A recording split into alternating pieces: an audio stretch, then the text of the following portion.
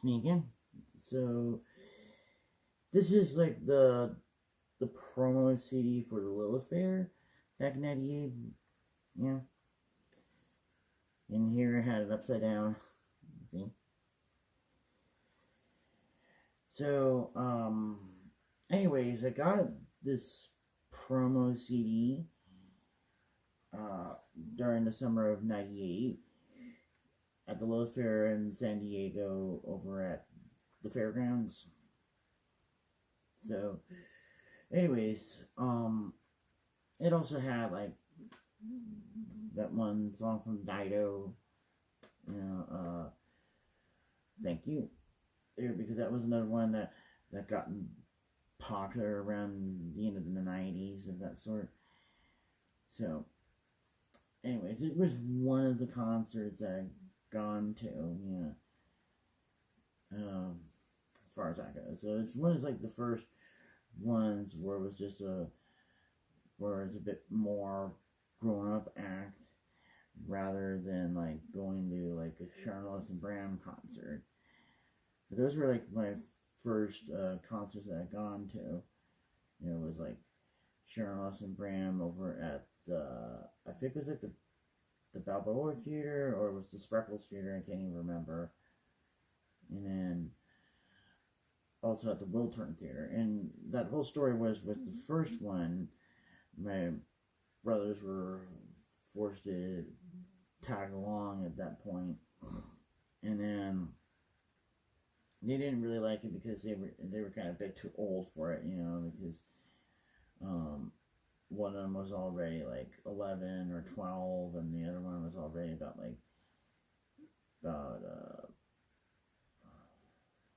13, I guess, I suppose. And so I was like 8 at the time. Yeah. So then I complained to Mom about that, and so then Mama took me to the other one over in the Wiltern Theater in Los Angeles, and that was where she was showing me like the whole one of the old May Company or Sears department stores, and how they had like the old fashioned department stores where like each department's on a different floor of that sort. And somehow it also reminded me of Chicago. I think it was like where when they still had the Marshall Fields, and then that other department store that they had over there at the Water Tower Plaza, or whatever that one was called. Because I've only been there twice, because I've been there like in '89 and been there like in '01, as far as that goes. And then we ate at that Johnny Rockets. Yeah. So that was like the other thing there. So, anyways, the other concerts that I've gone to, I think I've gone to a couple of them that were in the Segerstrom Center or around that area, because like my old best buddy Howard had taken me to those concerts, like these classical music concerts where they played all these different ones, like from Chopin and Haydn and some of the other ones. I don't really actually like recall because it's been that long. And then I gone to the Segerstrom Center back like in 4th grade, because we were going to see like some sort of a chorus group there. And I think that whole story goes was that one of my classmates, Melissa, that she managed to get out of special ed, and so she was transferring into a regular class and had to go to a different school. And at one point, we ran into her at the Segerstrom Center there. So, anyways, I'm trying to think here. it came to the other story there, you know. And then it was in 8th grade where I got into that one concert there where they had like another orchestra, and I forget what they call these sort of things, because it's one where they would have somebody narrate the story, and then the orchestra kind of plays along to make to set the scene for certain things, kind of like Peter and the Wolf.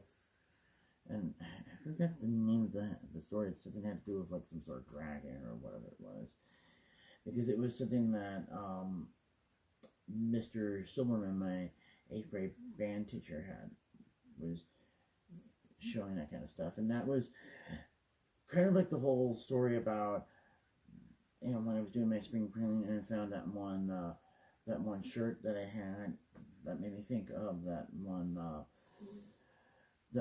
trip to Disneyland that year. So anyways, if I recall correctly, it was like not just like Peter and the Wolf, but there was like another one that I watched on TV, but I keep forgetting the name of it, because it's supposed to be like a Russian kind of fairy tale there, where it was a wizard who brought this doll to life, as far as I go. But I don't really remember the exact story there. But it'll probably come to me, you know. And then, as far as that goes, you know, 98 wasn't really the only time that I went to the Lilith Fair. I went to the Lilith Fair in 99, you know, over at what's now like the Coors Amphitheater, I think that's what it's called. You know, that's like near like San Lucido or wherever that one place is. You know, and if I remember correctly, with this one, like the 98 one in particular, the acts were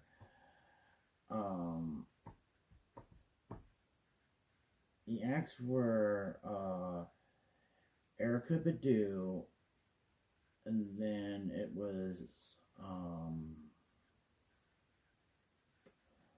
what's her name? And then it was the Indigo Girls, Nellie Merchant, and then Sarah McLachlan. Yeah.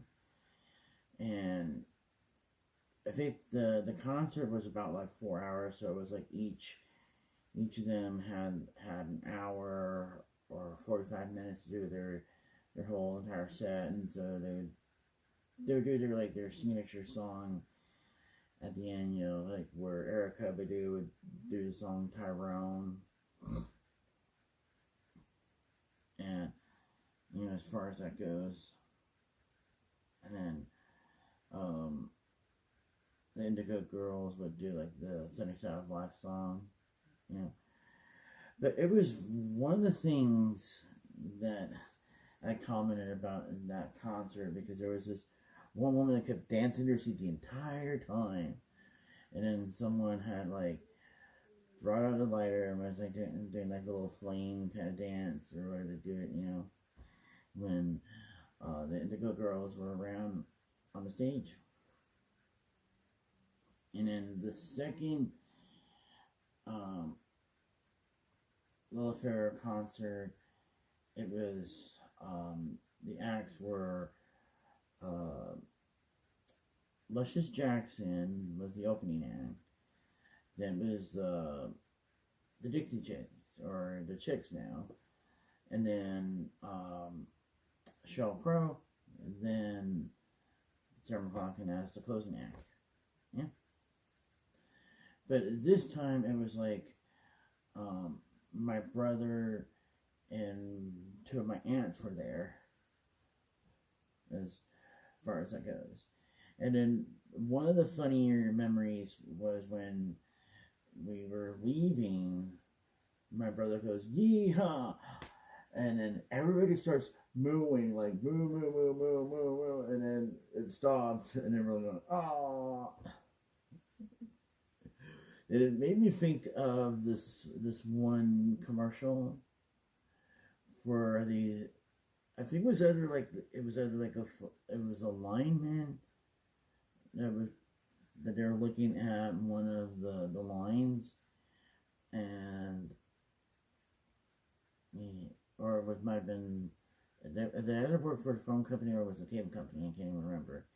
And then he kind of got the cable, and it said that all these people were watching the games, and so he was like disconnecting it and then reconnecting. So they're going, ah, yay, ah, yay,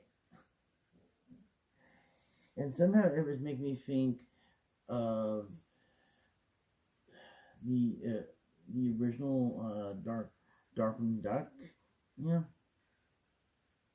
on one of the episodes where like Negaduck had captured all of Darkwing Duck's friends, and he was gonna torture them, where he pulls the switch, and so it was like the same thing when Darkwing Duck and Negaduck were fighting over the switch, and so where he would where it activates and deactivates, so they all like going ah ah ah ah ah ah ah. So that's what it made me think of. So, anyways, the other concerts I gone to after that, it was over at I think it's called Nokia Amphitheater over in Grand Prairie, Texas. I think, and then it was Seether, Three Doors Down, and then Arlie Peace were there because I wanted to see Arlie Peace because that's one of my favorite bands. And then, if I recall correctly, then the last other concert I'd gone to was over in over in the American Airlines, and it was the Trans-Siberian Orchestra. But as far as that goes, with the musicals, there was like the Las Posadas musical that was over in one of the theaters in the Signature Center, like the smaller one. And then Avenue Q over in the Signature Center. And then it was Wicked over in the Balboa Theater, or no, it was the Civic Theater. The Civic Theater. That's what it was. I'm thinking those two mixed around. It's the Civic Theater in San Diego. And then, whatchamacallit, the South Pacific that was over in the Signature Center. Yeah. And then the whole Mikado that was in that small theater that was near there.